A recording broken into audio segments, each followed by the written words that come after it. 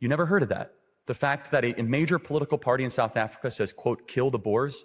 Kill the Boer, the farmer. I would expect more of somebody who wrote a dissertation and teaches here at Oxford to say that you would not know about the attempted slaughter and genocide of white South Africans. If you're going to take this phrase literally, the Boers is a group of people that doesn't exist anymore, right? So they're saying kill no one. The Boers were the group of white farmers who migrated inland from the coastal areas in South Africa, who fought against British colonialism and imperialism and fought for South Africa's independence from the British.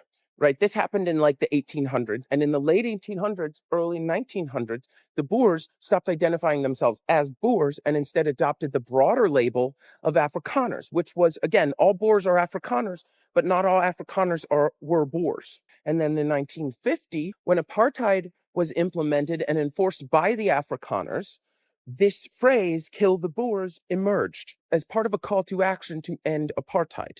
And so even when the phrase was first used during apartheid, people didn't identify as Boers anymore. They identified as Afrikaners.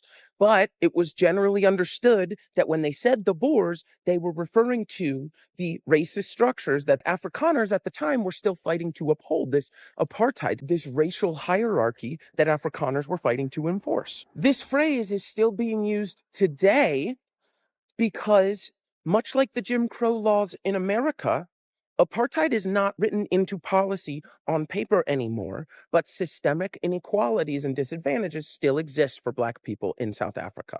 And so when they're saying this, they're saying, okay, we ended apartheid officially, but there's still many changes that need to be made. Usually this left-wing party is advocating for some kind of reparations, but there's still some changes to be made to overcome these systemic disadvantages. And so they are still using the phrase to say we need to dismantle apartheid and the systemic inequalities that still persist as a result of apartheid.